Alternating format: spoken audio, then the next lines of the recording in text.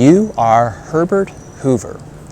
It is the autumn of 1929. The American stock market is in the process of collapsing, and you have to decide what, if anything, you can do about it. The question is going to come down to this. Are you willing to say something with confidence as being true, even when you have strong reason to suspect that it is not true? Are you willing to, I'll sharpen this point a little bit, as President of the United States, are you willing to lie in the national interest? So I need to unravel that a little bit. So here's where we are. Herbert Hoover, you are the closest approximation this country has ever had to the businessman president. You were an orphan from Iowa. You were raised in Oregon. You heard that there was this new college in California named for the son of Leland Stanford Junior University. And you heard that tuition was free if you could get in. And since it was brand new, anybody could get in. So you applied, you were admitted, and off you went. And you studied engineering. You became a mining engineer. And you, over the course of the next 20 years, you traveled the world as a mining engineer. You were originally just an engineer for different mines, but then you became a consultant. You realized there's more money in consulting people, basically telling them where to dig and how to process the ore and so on. And you got rich doing this. So you're that very rare instance of an American president who became wealthy by his own efforts. And so you get drawn into politics because it's pretty clear that you have real administrative talents. You can organize people, you can lead people, you can inspire people. You first get drawn into public affairs during World War I when you're asked to head up relief efforts in Europe, relief efforts for people who were displaced, who were hungry, who were sick as a result of the war. So you're providing civilian relief. And then you do this and you do similar things elsewhere. In 1920, after the 1920 elections, you're a Republican, you're a business guy, so of course you're going to be a Republican. You are appointed Secretary of Commerce, and you serve 2 terms as Secretary of Commerce. And the Secretary of Commerce in a president's cabinet is the one who's responsible for business. And you're responsible for business in the United States, but also because of your international background, you decide really to promote American exports, which is a good time to be promoting American exports. The 1920s is a prosperous decade, and all is looking well. And on the strength of this, you get the Republican nomination for president in 1928, and you get elected, and you're President of the United States, inaugurated in March of 1929. And everything looks good. It's been a great decade to be a Republican because, as your immediate predecessor said, his thinking was, he was a Republican, Calvin Coolidge, he said, the business of America is business. And you're a businessman, and the 1920s have been a good time for business, and you're inaugurated in 1929. You think, okay, the end of the 1920s and 1930s, they'll be good for business too. But then, just 6 months into your presidency, Wall Street swoons, suffers a nosedive. The big bull market is when share prices on average are rising. The big bull market comes to an end. And in a series of harrowing sell-off days in October 1929, the overall value of the stock market plummets. And you're watching. You know, as President of the United States, you know as a businessman that you, the President of the United States, you have very little control over the stock market. You have no direct leverage. You can't say to stocks go up. You can't say to brokers don't sell. You can't do that. All you can do as well, here's what you can do. You can be cheerleader in chief. So the President of the United States is constitutionally commander-in-chief.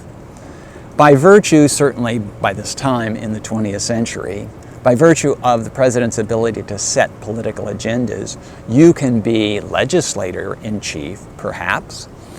If there is a tragedy in the country, if somebody important dies, you can be consoler-in-chief. You know, you can be kind of anything in chief. But right now, Mr. President Herbert Hoover, what you think you ought to be is cheerleader-in-chief. Because you know that stock markets are funny things. They rise on confidence, they fall on the lack of confidence. And if somehow American share owners can regain their confidence after these nosedives in the market, then they'll say, you know what, this is a momentary correction, things are going to get better. And so they'll go back into the market and the prices will go back up. And the good times of the 1920s will continue into the 1930s. And it's more than just Wall Street. Wall Street forms a larger share of the economy in the late 1920s than it had, say, 15 or 20 years before. A lot more people bought stocks during the 1920s, in large part because the stock market was going up. But still, Wall Street isn't Main Street. Wall Street is not the whole economy. And your concern is less about the stockholders, the people who own shares of stock in Wall Street, than about the ordinary people of the country. Because what has happened in the past, not every time, but what has happened in the past on occasion is that these swoons on Wall Street, these panics on Wall Street, spread to the broader economy and become depressions. So what you have to do, what you're strongly tempted to do, is to step into the breach and say, no, there's nothing wrong here. All the fundamentals are fine. Things are going to improve. Get back in the stock market and buy. This is what you are tempted to do, but that businessman in you knows that you can say that, and by saying it's not going to necessarily make it true, and it may very well be that this time, this really is a big deal, because you know about the business cycle, and you know that things go up and then they go down. You know that this is especially true in the stock market. And share prices go up and up and up. Bull markets go up. But bull markets are never forever. There's always a bear market that comes after when things go down. So you know that you can get out there and you can make these public statements saying that the fundamentals are sound and the economy is going to come roaring back. And you know that if the economy doesn't come roaring back, you're going to look like the biggest fool in the country. So what do? Well, here's what Herbert Hoover did. He did exactly what I suggested he could do. He basically decided that he was the cheerleader-in-chief for the American economy. And he very publicly stated that there's nothing wrong with the economy. There's nothing wrong with the underlying basis of the economy. This is a slight correction. This is a momentary thing. And it's going to turn around. So what the American people need to do is get back in and show their confidence, buy stocks, make the economy hum. This is what you said.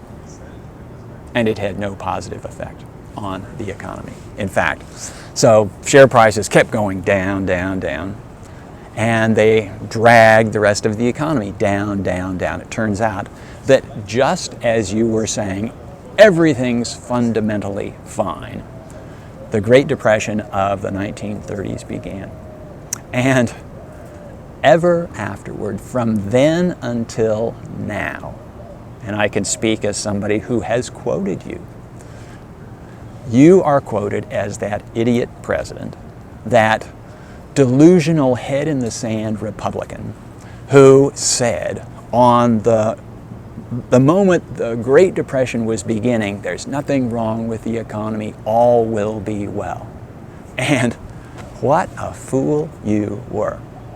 Now, you know, you lived a long time after this. Oh, well, so you tried to guide the country through the first years of the Depression. You ran for re-election in 1932, but in part because of the foolish sounding statements that you had made at the beginning of the Depression, you were soundly defeated by Franklin Roosevelt. And you know in your heart of hearts that you know a whole lot more about the economy, about Wall Street, about business than Franklin Roosevelt ever did.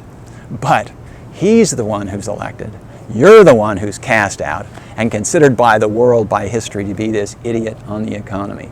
You don't know it yet, but you are going to become a watchword for a terrible president. Even your own party is going to disown you. And so for the next 20 years, anytime Democrats want to make points against Republicans, they say that so-and-so is going to become another Hoover. And you're now in retirement. You know how unfair this is. You know that in making that statement, back when you were a cheerleader-in-chief, you were simply doing what you should have been doing. Because, you know, if anything can stop this, maybe it's you. And you can't say what you were actually thinking back then, that, you know, this could be a terrible long depression we're going into, because that would increase the chances of it happening. So you basically went out on this limb, knowing that the limb might be cut off behind you. Well, it was cut off behind you. And for decades, you were listed among the worst presidents in history.